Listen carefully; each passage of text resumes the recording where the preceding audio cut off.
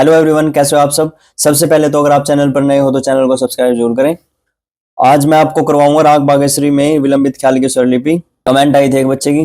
वैसे मैं राग भैरव में करवा चुका हूँ, राग मालकोस और राग बागेश्वरी में मैंने करवा दिया दोनों में।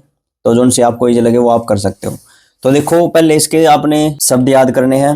विलंबित ख्याल की स्वरलिपि के शब्द हैं स्थाई गे, मोहे मनावन आए हो, सगरी रतिया किन सोतन बिरमाए। ठीक है, ये आपके स्थाई के बोल हैं। अंतरा, ते तो रंगीले छवि दिखलावे, इसके बाद लालन के मन ललचाए। ये आपके स्थाई और अंतरा के बोल हैं। ये आपको सबसे पहले याद करने हैं। सेकंड नंबर पर आपको राग बागेश्वरी का परिचय पता होना चाहिए। इसमें कौन से स्वर लगते हैं, कौन से स्वर इसमें वर्जित हैं। तो राग बागेश्वरी में गा और निस्वर कोमल प्रयोग होते हैं। अगर कहीं छूट भी जाए तो ये मत सोचना कि गलत है इसमें। तो आप भी एक बार लिखने के बाद चेक कर लेना, एग्जाम में जब लिखोगे गा और निस और कोमल लगाना जहां भी हो। और इसमें आरोह में रे और पा स्वर वर्जित है। ये भी एक ताल में है। दो दो मात्रा हो गए, 6 विभाग हो गए, 12 मात्रा की ताल होती है एक ताल। उसके बाद 9वीं मात्रा से इसकी स्थाई उठेगी। स्थाई इसकी तार सप्तक से उठेगी। देखो, तार सप्तक के सा से, तार सप्तक के सा से उठेगी स्थाई इसकी।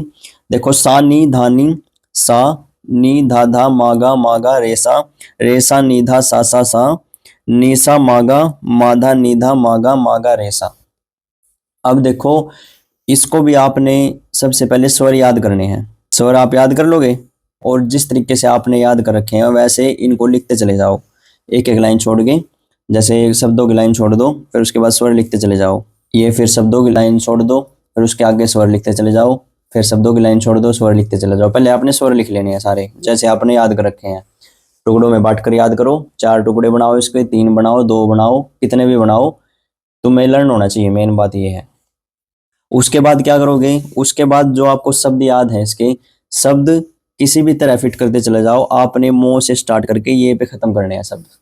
और कोशिश करना जहां पर आप ये जो डैश का साइन है उसके नीचे ऐसे लिखो। ये इसका मतलब होता है आ ही बोलते हैं, जैसे या आ, सा आ। बस स्वरों में इसका डैश के रूप में प्रयोग होता है और शब्दों में इसका एस के रूप में प्रयोग होता है।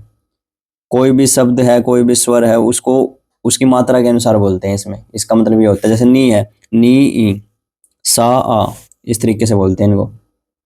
और कहीं उसमें हो, शब्दों में हो, जैसे माँ है यहाँ पर, माँ आ, इस तरीके से बोल लेंगे। तो आपने शब्द फिट करने हैं, किसी भी तरह कर दो इनको, इधर उधर हो जाए कोई दिक्कत नहीं है, गलत नहीं होगा आपका।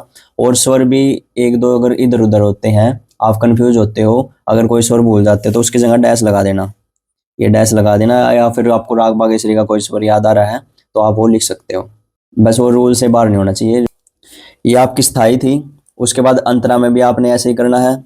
गामा निधा निसा, निसा रेगा रेसा, निसा निधा, गामा धानी सामा, गारे सा, निधा माधा निधा मागा मागा रेसा।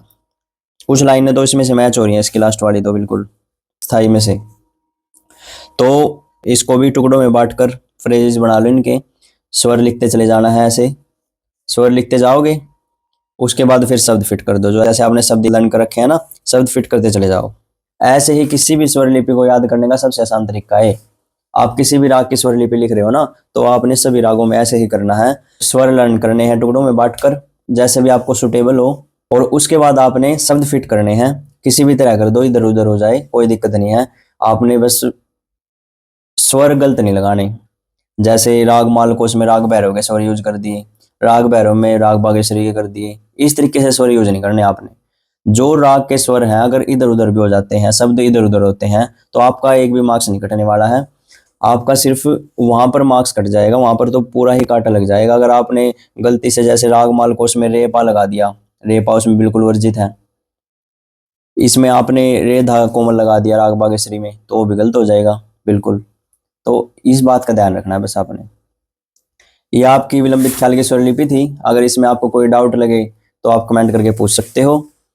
और वीडियो अच्छी लगे तो लाइक शेयर और कमेंट जरूर करना। Okay, thank you.